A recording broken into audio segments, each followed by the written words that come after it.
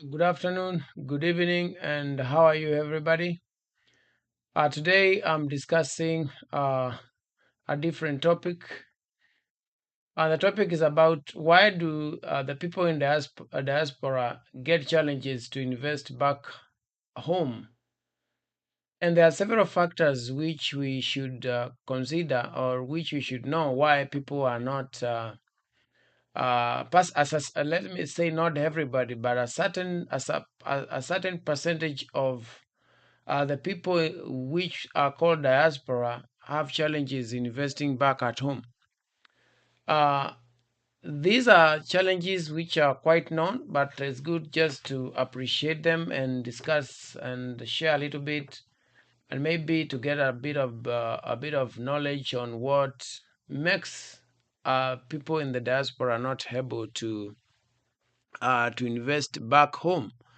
And as I try to discuss these are the challenges or a few of the challenges which might force the diaspora people not to invest back home.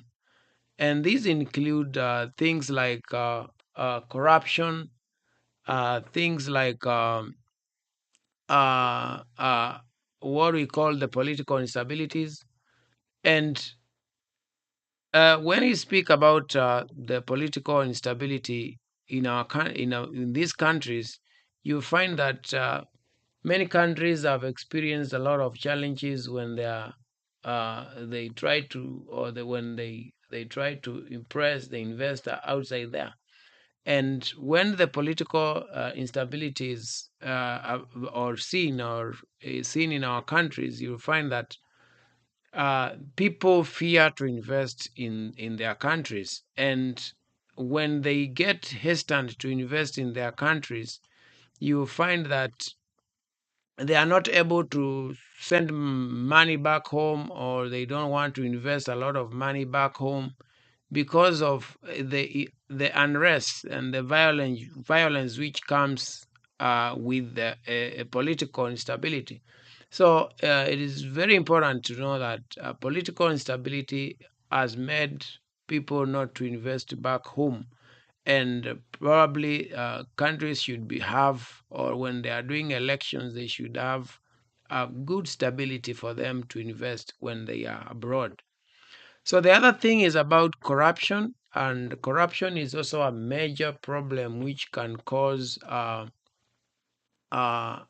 major on the diasporas not to invest back home, and this affects most of several nations in Africa, or even if it's South America, or even if it is Europe, or uh, any other part of Asia. When there is a political instability, you find that uh, uh, corruption also creeps in, and it makes it very difficult for investors to navigate the complex web of bribes and the kickbacks, and also other things which accompany to people want to do some business within those countries. So it is very important also to consider factors like corruption as the major things which might hinder people investing back home or where they come from. So you find that, for example, if somebody wanted to invest in his country back home and there's corruption, for example, when there is a simple thing like if he wants to build maybe a complex somewhere, he wants to build an apartment, or he wants to bring up a big mall, maybe even if it's not maybe the native of that country, or is not, or is from that country. When they want to do such things, you find that corruption makes everything very complicated, and that hinders the processes which might be there, or not available, for example. But you find that if there's corruption, even if the policies and the procedures and everything and the programs which have been laid by the government, if those things are not working the way they're supposed to be working. You find that things are not moving. So it's very important to consider things like corruptions and to know that when people in diaspora feel that a country is a bit corrupt and people down in their homes are corrupt.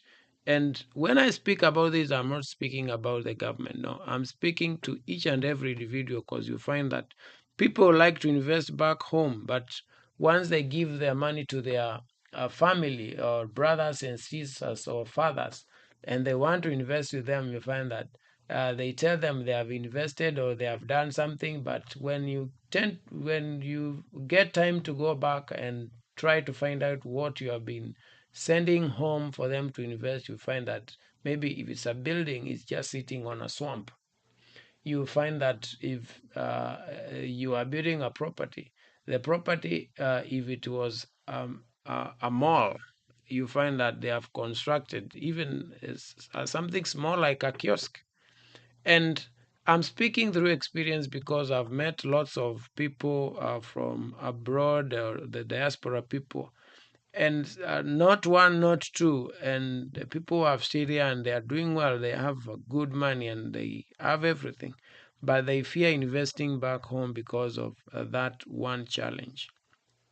And they'll give you stories and stories of how they invested some time back and they lost everything.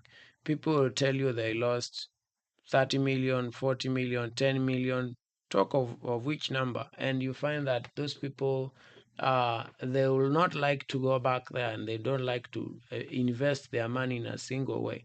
And they tried because they trusted their relatives, they educated their relatives and their siblings just as a payoff, but as a payback, sorry.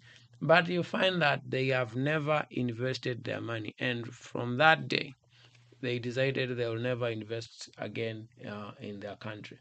So it's very important to just to note that and know that they need to correct a little bit of our systems and how we live as brothers and sisters, and to make sure that in future when they want when they are calling people to go invest back there, the government can support us, and that will be able to solve this problem once and for all. The other thing which I would like also to discuss is about the legal and regulatory challenges faced back home. And you find that despite there being a good legislation and acts from the parliaments of our governments, you find that the legal regulatory environment in such countries can be complex and unpredictable. So why am I saying unpredictable? These They're unpredictable because it makes it difficult for diaspora to invest and also understand the rules and regulations that govern govern the investment in those in a particular country. So why are they complex? Because of those two other major things. You find that nobody follows the law because of corruption. And if you want to do something, and for example, if you gave somebody money and squandered your money, when he's taken to court, probably he'll be jailed for 2 months and he's back home. Yet that person has squandered millions and millions of money. Again, you find that even taking that person to court, it will take a lot of time for that person to be prosecuted or convicted of the act. Or you find that there is no law which supports people who have taken your money. And that becomes a major challenge for most people who have given their brothers, sisters, or fathers and mothers to invest their money. If they have tried to ask them to pay the money, they don't have anything. You can't take their property and sell it because it's matrimonial home, and that's the only thing you have, and that's the only thing you share together. So you cannot even touch them because you are only the only person within a very big nuclear family trying to fight a particular person. So it makes it very complicated, and that's why I've said that the law and regulation is very complicated, because there is no way you can prosecute somebody, or the law is not available to prosecute people who have squandered the people's money in the name of investing back home for themselves. So it becomes a major challenge. The other thing is that you also find that the institutions which are available, people don't know about them. And there is nobody who has come very clearly to just prove that to the investors, that if you invest with that, you are going to do this and this. I know there are few. I'm not trying to say that everybody is just not good, but I know there are good people. But those good people, or those good institutions, have never come up, or they have never gotten enough money to come to abroad, either Europe or Asia or North America, Canada, even Australia, to go and advertise themselves. And these countries are also very fast. So they might go to one state, meet some few of their people, but the other places they have never gone there, and people are still sitting there and investing back where they are, instead of now doing what maybe is being encouraged by most of the government to go and invest back home. So that becomes a very major challenge when it comes to investing in our countries. So what am I trying to say? That there is also another challenge which also comes in, and that is what I can call it the time factor, or the time differences.